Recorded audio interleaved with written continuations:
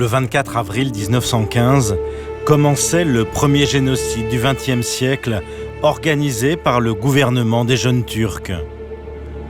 Plus d'1,5 million d'Arméniens, 500 000 Assyro-Chaldéens syriaques ont été tués parce qu'ils étaient chrétiens. Assassinés dans leur village, exécutés ou laissés agonisants de soif et d'épuisement dans les déserts sur la route de Der ez-Zor, ils ont été canonisés comme martyrs de la foi en 2015. Ceux qui ont pu survivre, ceux qui ont vu la mort de leurs proches, ont été exilés de leur terre natale. À la recherche d'une terre d'asile, en passant par la Syrie, le Liban ou la Grèce, plus de 100 000 rescapés sont arrivés à Marseille dans les années 20. Pour ces Arméniens apostoliques, catholiques et évangéliques, une nouvelle vie commençait.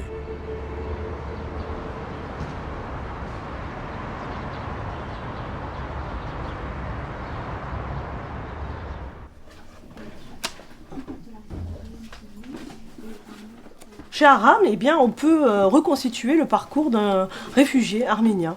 Depuis, malheureusement, son exode à travers les déserts syriens, il a pu se retrouver dans un camp à Alep, il a pu passer également en transit à Beyrouth, et on a également la possibilité de voir, dès son arrivée, au débarquement de Marseille, toutes les vicissitudes administratives qu'il a pu traverser.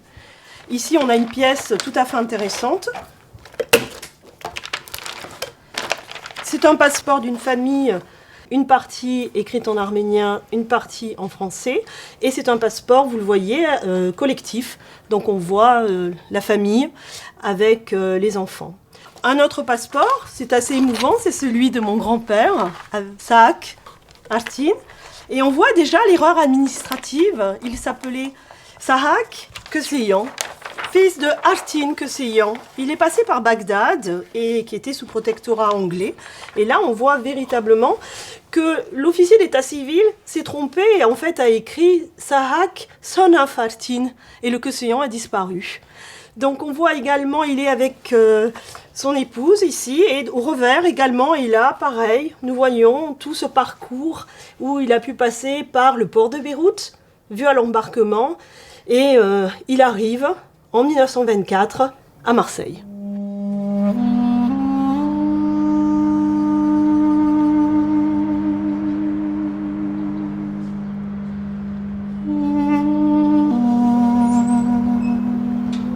Pourquoi sont-ils arrivés en France ?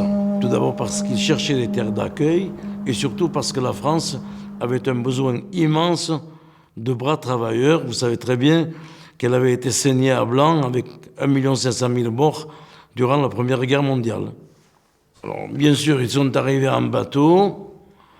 Il y avait à Marseille une petite communauté arménienne installée ici à partir du milieu du 19e siècle et un peu plus étoffée après l'ouverture du canal de Suez. Une communauté structurée avec sa chapelle, ses structures communautaires. Et ce sont eux qui ont tendu la première main secourable à ces rescapés.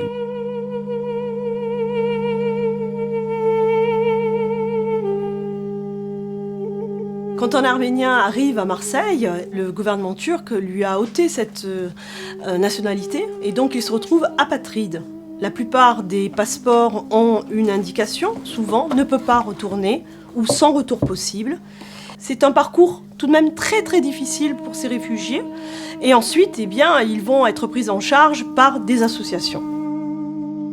Ils les ont installés dans les petits hôtels du centre-ville, leur donnant aussi un petit viatique pour vivre jusqu'à ce qu'ils retrouvent leurs esprits. Mais si les premières semaines, c'était quelques dizaines ou quelques centaines qui arrivaient, à partir de 23, ça a été le déferlement par milliers. Et il y a eu une large part de l'opinion publique marseillaise et de la presse qui leur a été favorable.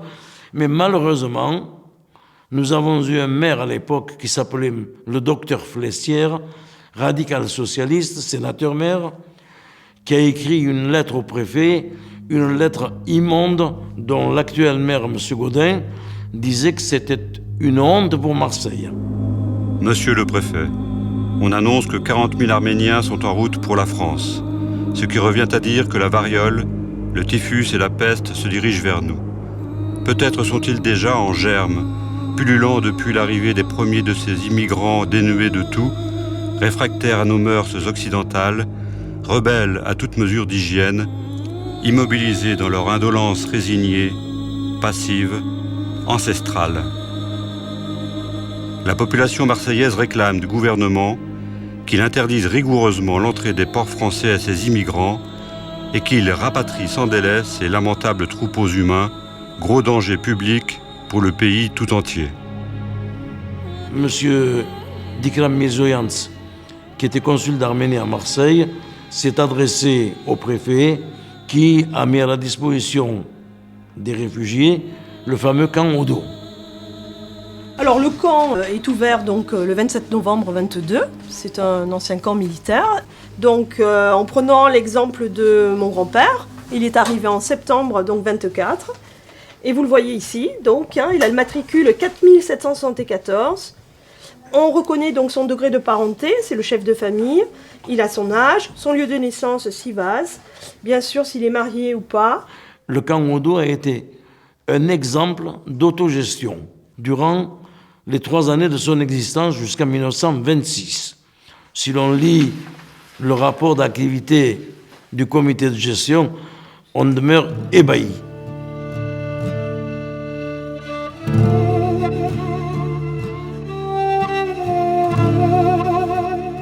Ce camp Odo, qui a été démantelé par la suite, comportait 34 bâtiments en bois que les Arméniens ont eux-mêmes rénovés, aménagés, cloisonnés.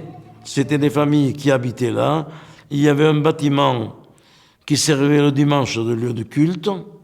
Et les réfugiés, qui avaient tous reçu une éducation chrétienne dans le pays, étaient dans une immense majorité très liés à leur église, à leur identité, aussi bien nationale, culturelle que religieuse. Ils se sont d'abord organisés autour d'une vie religieuse dès le camp Odo. C'est comme ça qu'ils se sont mis en place progressivement. La première chose qu'ils ont construite, c'est des églises arméniennes sur Marseille. Ils ont commencé très tôt. Ils avaient pensé dans le camp et ils ont continué ensuite à y penser dans les quartiers où ils se sont retrouvés, comme ici à Saint-Jérôme. Il y avait un homme, Monseigneur Kékoris Balakian, qui a bien compris que ce qui était important pour cette communauté diasporique qui est en train de se créer sur le sol français, et en tous les cas à Marseille, ce qui était important, c'était la ferveur religieuse et de garder cette identité cultuelle et culturelle.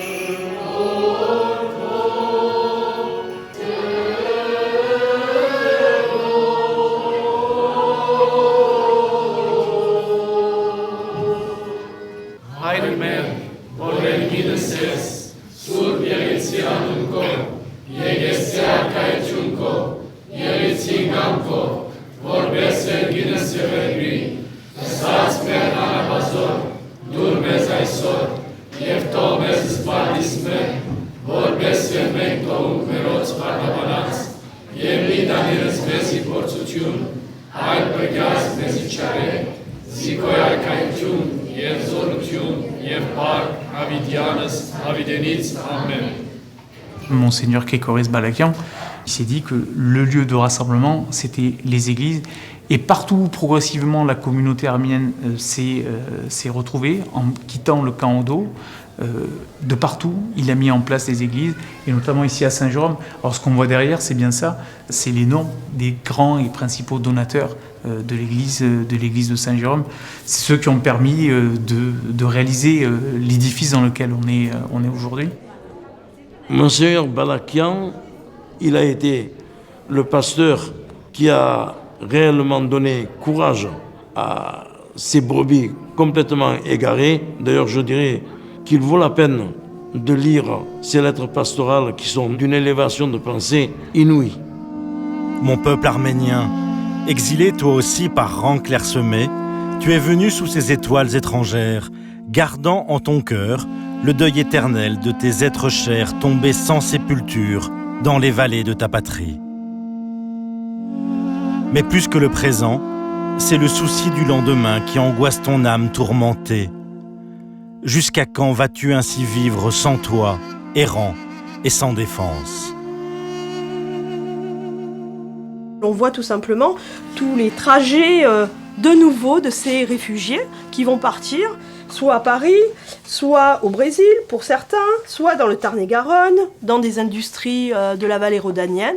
Et donc dans ce camp, il va y trouver une école, il va y trouver une chapelle, il va y trouver également la possibilité de retrouver des gens des associations compatriotiques.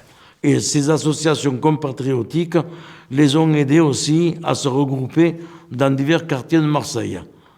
Lorsque, après la fermeture du camp Oudo en 1926, il y a eu cet exode, encouragé d'ailleurs par Monsieur Balakian, d'aller vers la banlieue un peu plus saine, parce que ces hôtels miteux étaient très malsains, les Arméniens ont été heureux de retrouver un lopin de terre qui leur rappelait un peu leur jardin de là-bas, construire une petite maison, un toit à eux, planter de petits arbres fruitiers, faire pousser la tomate ou les concombres, c'était quelque chose qui leur rappelait aussi le pays.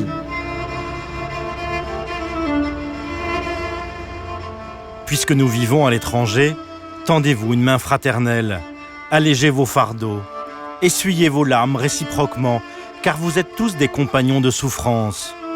Vous le savez, les compagnons de chagrin qui ont partagé le même sort ne s'oublient jamais. L'unité est la mère de tous les bienfaits, la désunion, le parent de tous les maux.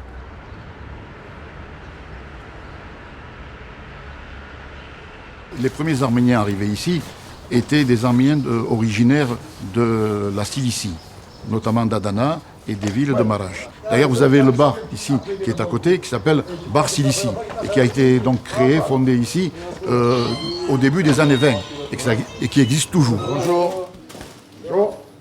Bonjour, chef. Marco, ça va? Oui. Très bien. Voilà. Donc c'est là que se retrouvaient tous les anciens, lorsqu'ils sont arrivés ici.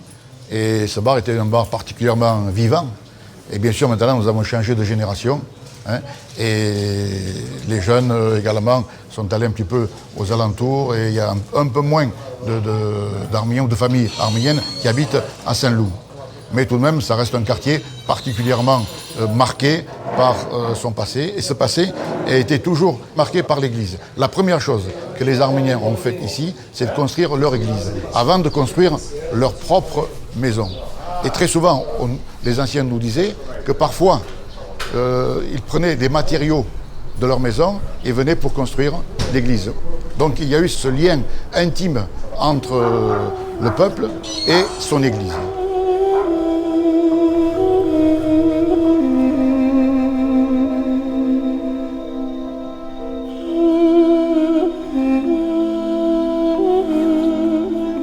Il y avait une ambiance extrêmement familiale et conviviale. Les portes n'étaient jamais fermées. On pouvait rentrer d'une maison à l'autre. Donc il y avait une amitié, une convivialité et surtout un partage et une solidarité entre les gens, notamment à des moments parfois difficiles et compliqués pour les uns et pour les autres.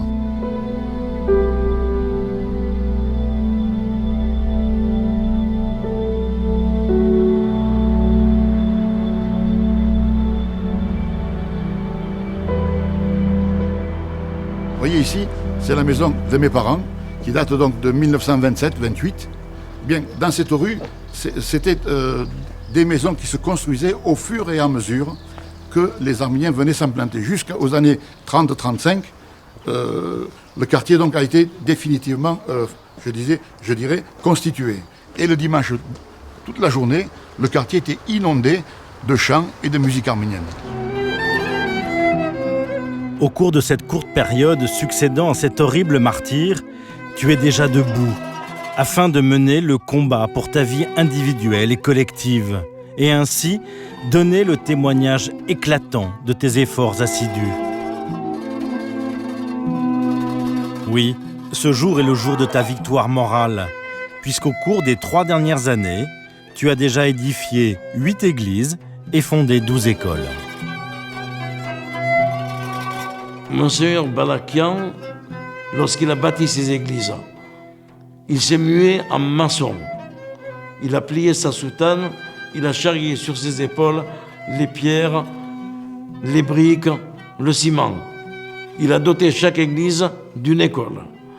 Comme le dit un dicton arménien, là où 3 Arméniens, une église, là où une église, une école. Voilà. C'est le fondement de ce raisonnement. Et il fallait bien sûr ici aussi avoir des écoles pour pérenniser notre culture, notre foi, nos traditions et notre langue. Il a doté chaque quartier d'une section de secours mutuel. Non seulement il a bâti des églises, mais il a bâti des âmes.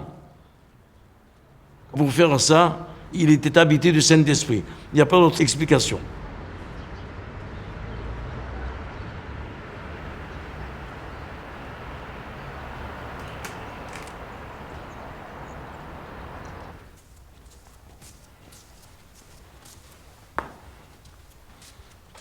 Սուրբ եկեղեցիով սաղաչես սուգզդետ, զիսովավ պդգեսես մեզ իմերած, և գեցուսե շնորի ողորմության յուրո, ամենագալ դերաստված մեր գեցո և որմյա։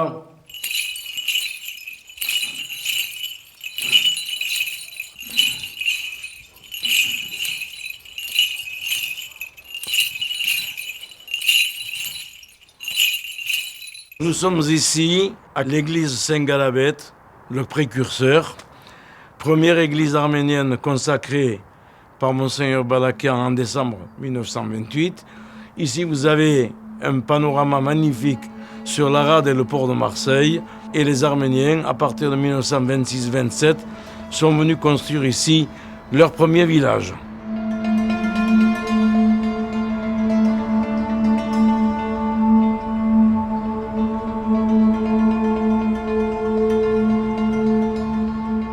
Si l'on prend la carte de Marseille, les Arméniens se sont installés surtout dans ce qu'on appelle maintenant les quartiers nord. Le 15e arrondissement de Marseille renferme 3 lieux de culte orthodoxes, la paroisse Saint-Jacques où nous sommes, Saint-Garabet à Campagne-Fraise et Saint-Athéos Patromios de l'autre côté, et aussi une petite église protestante. Ils sont installés aussi à Saint-Jérôme, à Beaumont, à Saint-Loup.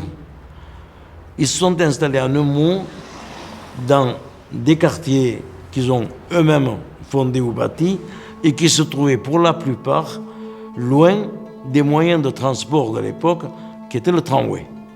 Parce que les terrains étaient bon marché et qu'on construisait facilement une petite maison de 2-3 pièces. Saint-Jérôme, c'est la campagne, il faut l'imaginer. Et on a une famille, la famille Poméon, qui dispose de cette immense campagne, qui va tout simplement parcelliser. Et finalement, dans ce contexte favorable au niveau du travail et à la fois de l'immobilier, un œil arménien va se faire. Vous avez une solidarité, on a des corps de métier, on fait appel au voisin qui sait faire donc maçon, l'autre qui peut travailler la charpente en bois. Je rappelle que la maison arménienne, c'est une maison évolutive, selon le nombre d'enfants et selon les moyens. Une maison à 1 et plus tard 2 niveaux. On a donc dans ce quartier de Saint-Jérôme, bien sûr, la paroisse. Sous l'impulsion de Monseigneur Balakian, donc cette chapelle, elle va être construite et la première messe va avoir lieu donc en 32. Donc ici, on dispose d'un plan. Des parcelles, c'est le plan cadastral des parcelles sur le domaine de la campagne Poméon à Saint-Jérôme en 1927. On reconnaît l'avenue de Saint-Jérôme. On reconnaît également le boulevard donc Ararat, le boulevard Cazoran et le boulevard plus tard qui s'appellera Charles Zetountian où il y a la paroisse de Saint-Jérôme.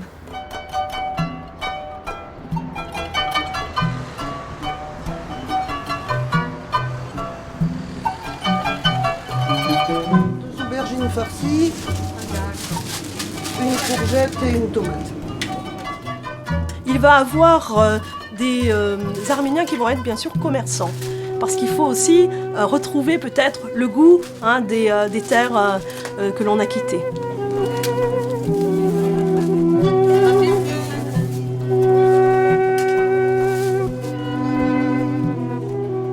C'est une petite Arménie, en effet. Beaucoup d'Arméniens n'avaient pas besoin de parler français finalement.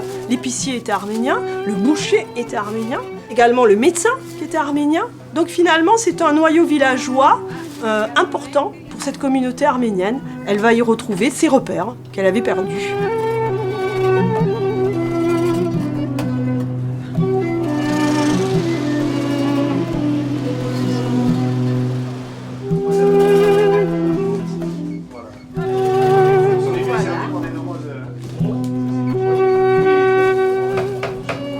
Les Arméniens étaient des artisans surtout et des commerçants. Donc le cuir, l'habillement, les métaux, la boulangerie. Et ce sont sur les bases de ces métiers-là que les Arméniens ont prospéré ici aussi.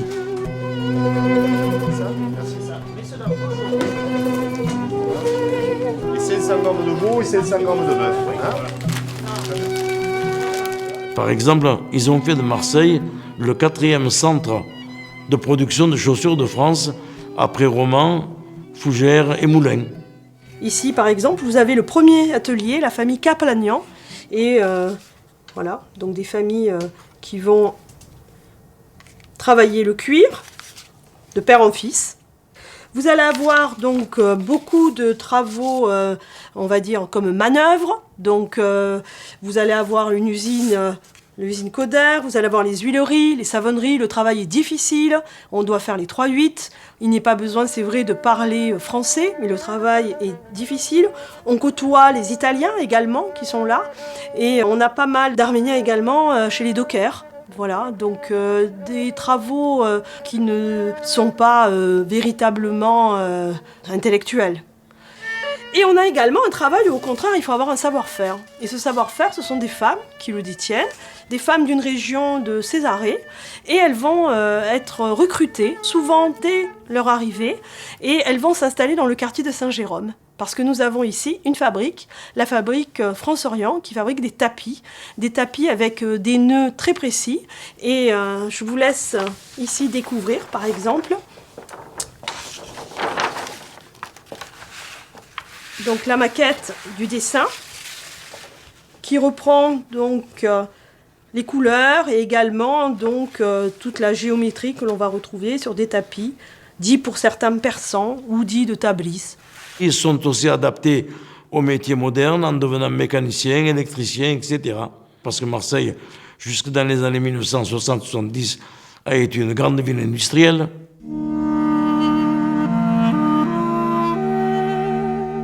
Aujourd'hui, grâce à cette large hospitalité qui nous a été offerte, et grâce bien sûr à notre labeur, nous avons bâti nos petites maisons.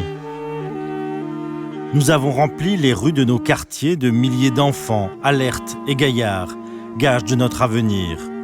Aussi, est-ce pour cela que si nous brûlons parfois, nous ne serons jamais réduits en cendres. Quand ces réfugiés sont arrivés, le premier sentiment qu'ils avaient, c'est un sentiment de reconnaissance, bien sûr, d'être accueillis. L'évêque leur disait d'être loyal envers la France qui les accueillait, de ne pas aller contre ses lois, d'être des citoyens fidèles, mais de ne pas oublier aussi leurs origines et ce qu'ils étaient. Donc il est plein de reconnaissance envers la France lorsqu'on lit ces lettres pastorales, Monseigneur Balakian. La noble France, fidèle à ses traditions séculaires d'humanisme, a accueilli les nôtres par milliers, alors que bien d'autres pays nous ont fermé leurs portes. N'oublie pas cette hospitalité. Apprends convenablement sa belle langue.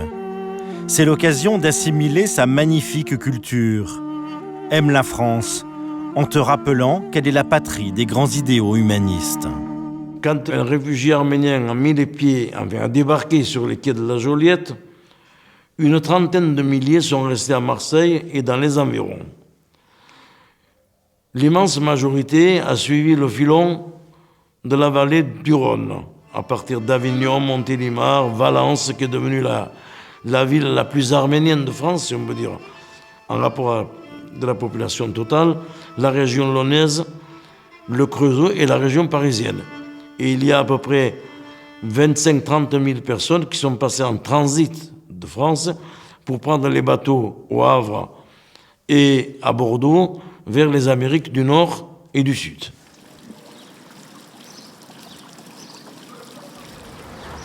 Ah, salut Brigitte.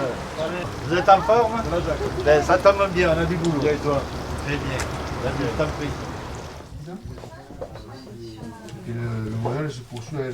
Voilà, donc nous sommes en présence d'une photo historique datant des années 18-19, les survivants des volontaires arméniens de France sous les drapeaux français, engagés donc dans la Première Guerre mondiale.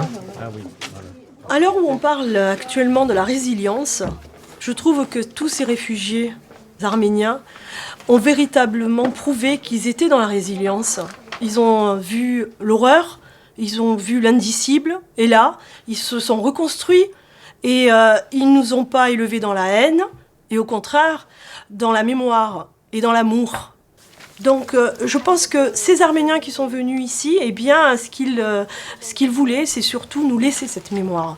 Comment, après un traumatisme tel, le génocide, cette communauté arménienne, à Marseille, à Lyon, à Paris, elle a pu se reconstruire. Grâce à quoi? Sur quelle fondation? Et je pense que c'est tout ce travail que l'on essaye de trouver. Voilà. Quelles sont les fondations de la communauté arménienne en France? Il a été refait par Genot et par Marie. Ça a été réparé. D'accord. Par l'atelier Aram. Par l'atelier, d'accord. Ce que moi je ne vis pas bien, c'est le fait de ne pas pouvoir accompagner mon fils quand il fait un arbre généalogique. Parce qu'on n'arrive pas, on ne peut pas remonter. On ne peut pas remonter au-delà de nos arrière-grands-parents, donc les parents de nos parents. Et là, on se sent un peu désarmé, on se dit, mais notre culture, elle a plus de 3000 ans. Et en même temps, quand on demande des preuves tangibles, ne serait-ce que des noms et une généalogie, on est incapable de la donner. Et là, on se sent complètement désarmé.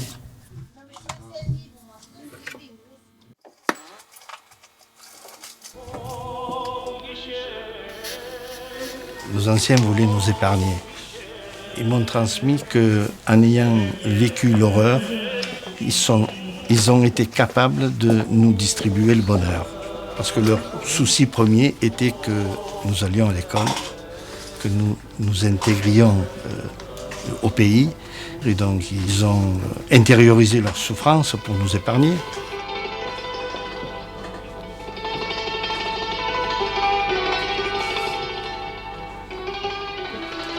L'intérêt de travailler ici, c'est de préserver la mémoire, de la transmettre et surtout de faire en sorte que les générations qui viennent n'oublient pas. Donc entretenir la mémoire pour rentrer dans l'histoire de manière à ce que ce soit une mémoire vivante.